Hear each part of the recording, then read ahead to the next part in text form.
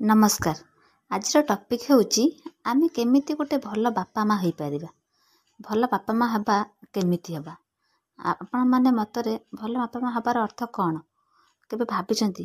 केई कहि पारंती भल बापा माँ हबार अर्थ होउची भल पिला को खाइबा को दबा, पिला को भल एजुकेशन दबा, बड़ स्कूल रे एजुकेशन दबा, पिला को भल पिंधिबा को दबा, पिलार फ्यूचर सिक्योर करिया पई बहुत सारा सेविंग करिबा, घर गाड़ी पिला पई इत्यादि।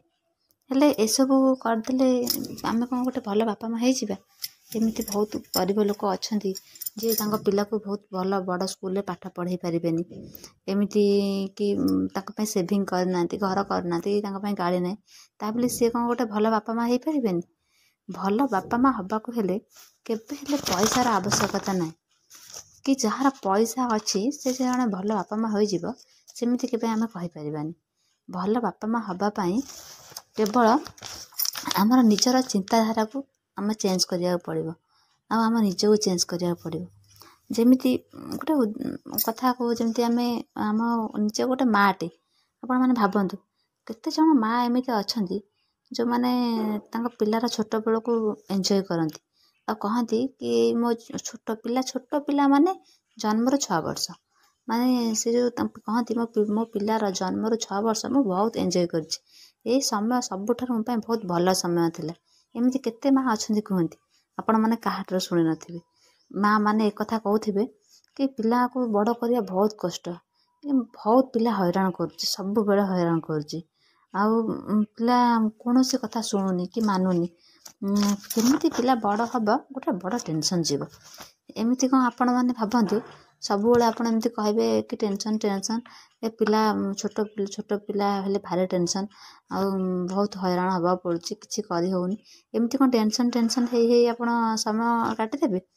ए जदि आपण सब बेले एमिति कहबे कि छोट पिला माने पिला को बड़ करिया भारी कष्ट टेंशन, ताले आपण से जो पिलार जन्मरु से 6 वर्ष से जो सुंदर समय को आपण केमिति एंजॉय करि परिबे, केमिति उपभोग करि परिबे? गोटे पिला जेते बेले ता माँ को जेते जन्म निये आ माँ ता पिला को जेति के भल पाए से पिला ता माँ को ताठरो बहुत गुण अधिक भल पाए। माँ भल पाए हेले पिला किंतु किछि आशा किछि न रखि ता माँ को पूरा विश्वास करके सब माने ता माँ को सब किछि मानिनी, तार हस कांद आउ ता खुशी ता खेल कूद एते भल एते माने प्योर कि माने आपण जेते इमेजिन करिबे भाबिबे कि एते सुंदर समय एते एभलिया समय ए समय केबे हम पिलार ए समय को हम केबे भी पाइबानी। जदि आमे चिड़ी रागी कि ए समय को आमे काटी दबा ताले आउ आठर भल समय केबे आसीबो आमे से समय को एंजॉय करि परिबा। ए जो समय पिला जेते जन्म 6 वर्ष पर्यंत जेते बड़ हुए धीरे धीरे बड़ हुए तारे विभिन्न प्रकार घटना घटे, से समय को आमे पूरा भल भाबे माने प्रत्येक समय को प्रत्येक मोमेंट को आमे एंजॉय करबा दरकार, न रागी कि न चिड़ी कि पिला जन्म धीरे धीरे बड़ होउची, कोन कहउची, केमिति हसुची, केमिति खेलुची, ए सब एंजॉय करबा दरकार।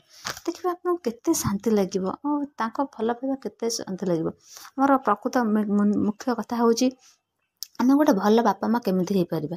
भल बापा माँ हबा को हेले बहुत सारा बड़े छुआ जन्मरु बड़ हबो, बड़ तो माने बड़ हबो बहुत बड़ हबो, हेले आमे ताको स्टेप वाइज आमे ताको भाग कर देबा कि को समय पिला को केमिति देखिबा, केमिति कथा कहबा, को संस्कार दबा सेटा आमे जानिबा दरकार। प्रथम स्टेप गोटे पिलार प्रथम स्टेप भल बापा माँ हबा पई पिलार प्रथम स्टेप होउची जन्मरु 6 वर्ष। आमे ता जन्मरु 6 वर्ष को ताको आमे केमिति लालन पालन करिबा। जन्मरु 6 वर्ष पर्यंत आमे आम छुआर हार्ट को आ हेल्थ को डेवलपमेंट करिबा। हार्ट डेवलपमेंट करिवार माने पिलार इमोशन कहया गले राग अच्छी, हस अच्छी, खुशी अच्छी, विभिन्न प्रकार, किंतु पिलार भल इमोशन को डेवलपमेंट करिबा। भल इमोशन माने जंदे पिला निजे खुशी रे रहबो, अन्य को भी भल पाइबा शिखिबो।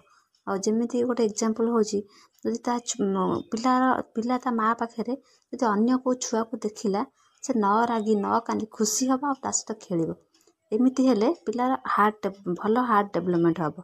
अब हेल्थ डेवलपमेंट माने आमे हेल्थ प्रथम कथा आमे छुआ को सुषम खाद्य देबा पड़िबो, ता देहर जत्न नेबा पड़िबो, ତାପରେ ସବୁଠାରୁ ବଡ଼ କଥା ଅଲଗା ପ୍ରକାରର ବି ହେଲ୍ଥ ଡେଭଲପମେଣ୍ଟ ହେଇପାରେ। ଯେମିତି ଗୋଟେ ଛୋଟ ପିଲା ଛୋଟବେଳେ ବହୁତ ଥର ପଡ଼ିବ ଉଠିବ, କିନ୍ତୁ ଆମେ କ'ଣ କରୁଛେ, ପିଲା ପଡ଼ିଗଲା ମାନେ ଧୌଡ଼ିକି ଯାଇ ତାକୁ ଧରି ପକାଉଛେ। ସେମିତି ନୁହେଁ, ଆମେ ଦେଖିବା ପିଲା କେତେ ଜୋରରେ ପଡ଼ିଛି। ଯଦି ହଁ ଜୋରରେ ପଡ଼ିଛି ସେଇ ଜାଗାରେ ଆମେ ଧୌଡ଼ି ଯାଇ ପିଲାକୁ ଧରିବା ନିହାତି ଦରକାର। ଯଦି ହାଲକେଇକି ପଡ଼ିଛି ଆଉ ସେ ଉଠିକି ଆସିବ, ତାହେଲେ ଉଠିକି ଆସିପାରିବ, ତାହେଲେ ଆମେ ଅପେକ୍ଷା କରିବା ସେ ଉଠିକି ଆସୁ। ତା ଦ୍ୱାରା ତା ହାତ ଗୋଡ଼ ସବୁ ଷ୍ଟ୍ରଙ୍ଗ ହେବ। ଏସବୁ ଶିଖାଇବା ସହିତ ଆମ ପିଲାଙ୍କୁ ସଂସ୍କାର ବି ଶିଖାଇବା ଦରକାର। ସଂସ୍କାର ତ ଗୋଟେ ବହୁତ ବଡ଼ ଜିନିଷ, ହେଲେ କେଉଁ ବୟସରେ କେଉଁ ସଂସ୍କାର ପିଲା ଶିଖିପାରିବ ଆଉ ଶିଖାଇବା ଦରକାର ସେଇଟା ଆମେ ଜାଣିବା ଦରକାର। ଆମେ ଛୋଟବେଳୁ ବହୁତ ବଡ଼ ବଡ଼ କଥା ତାଙ୍କୁ ଶିଖାଉ, ଯେଉଁଟାକି ସେ ଜାଣିପାରିବେନି। ହେଲେ ଛୋଟ ବୟସରେ ସେ କେଉଁ ସଂସ୍କାର ଶିଖିବ? ଛୋଟବେଳେ ସେ ନିହାତି ଶିଖିବା ଦରକାର କି ଗୋଟେ ବଡ଼ ଲୋକ, ଗୋଟେ ଗୁରୁଜନ ଲୋକଙ୍କୁ କେମିତି ନମସ୍କାର କରିବ, ନହେଲେ ଗୋଟେ ସମସ୍ତଙ୍କୁ ତମେ କହିବ, ଭଲ ବ୍ୟବହାର ଦେଖେଇବ। ଏତିକି ସଂସ୍କାର ସେ ଜନ୍ମରୁ 6 ବର୍ଷ ଭିତରେ ଶିଖିବା ନିହାତି ଆବଶ୍ୟକତା। କିନ୍ତୁ ବାପା ମା ଏ ସଂସ୍କାର ନ ଶିଖେଇ ପିଲାକୁ ତା ଛୋଟ ବେଳକୁ ଏନ୍ଜୟ ନ କରି ତାଙ୍କୁ ଭଲସେ ଖୁସି ହସ ଖୁସି ନିଜେ ନ ରହି, ତାଙ୍କୁ ହସ ଖୁସିରେ ନ ରଖି ତାଙ୍କ ପାଠ ପଢ଼ା, ତାଙ୍କ ଆଉ କ୍ୟାରିୟର ଫ୍ୟୁଚର ପ୍ରତି ଏତେ ବ୍ୟସ୍ତ ହେଇଯାଉଛନ୍ତି ଯେ ତାଙ୍କ କ୍ୟାରିୟର ଚକ୍କରରେ ଆଉ ତାଙ୍କ ପାଠ ପଢ଼ିବା ବାହାନାରେ ତାଙ୍କୁ ଇମୋସନାଲି ଆଉ ଫିଜିକାଲି ହଇରାଣ କରୁଛନ୍ତି। ଏତେ ହଇରାଣ କରୁଛନ୍ତି ଯେଉଁଟାକି ପିଲାଙ୍କ ବ୍ରେନ୍ ଉପରେ ବହୁତ ପ୍ରଭାବ ବି ପକାଉଛି। ଏହା ଦ୍ୱାରା କ'ଣ ହେଉଛି ନା, ପିଲାଙ୍କ ବ୍ରେନ୍ ତ ପ୍ରଭାବ ପକାଉଛି, ପିଲାଙ୍କର ବଡ଼ ହେଲା ପରେ ଯେଉଁ ପାଠ ପଢ଼ିବା ଯେଉଁ ଆଗ୍ରହଟା ରହିବା କଥା ସେଇଟା ଛୋଟବେଳୁ ହିଁ କମ୍ ହେଇଯାଉଛି। ଆମେ ସେଥିପାଇଁକି ପିଲାଙ୍କ ଜନ୍ମରୁ 6 ବର୍ଷ ପର୍ଯ୍ୟନ୍ତ ପିଲାଙ୍କ ପାଠ ପଢ଼ା ବୟସ ନୁହେଁ, କେବଳ ପିଲାଙ୍କ ଜନ୍ମରୁ 6 ବର୍ଷ ବୟସ ପର୍ଯ୍ୟନ୍ତ ଯଦି ଖେଳକୁଦ ବୁଲିକି ହସି ଖେଳିକି କଥାରେ ପାଠ ପଢ଼ିଲା ତ ଠିକ୍ ଅଛି। ଯଦି ନ ପଢ଼ିଲା କିନ୍ତୁ ପେନ୍ ପେପର୍ ଧରେଇକି ଜବରଦସ୍ତ ମାରିକି ତାଙ୍କୁ ପାଠ ପଢ଼େଇବା ଏଇଟା କଦାପି ଠିକ୍ ନୁହେଁ, ନା ପିଲାଙ୍କର ଶରୀର ପ୍ରତି ଉଚିତ ବି ନୁହେଁ। ଏ ହେଲା ଜନ୍ମରୁ 6 ବର୍ଷ ପର୍ଯ୍ୟନ୍ତ ଗୋଟେ ପିଲା କ'ଣ ଶିଖିବା ଦରକାର, ବାପା ମା ତାକୁ କ'ଣ ଶିଖେଇବା ଦରକାର, ଆଉ ତା ସହିତ କେମିତି ବ୍ୟବହାର କରିବା ଦରକାର। 6 ବର୍ଷ ପରେ ସେ କ'ଣ ଶିଖିବ ସେଟା ମୁଁ ଆଉ ଗୋଟେ ଅନ୍ୟ ଏକ ଭିଡ଼ିଓ କରିକି ଆପଣଙ୍କୁ କହିବି।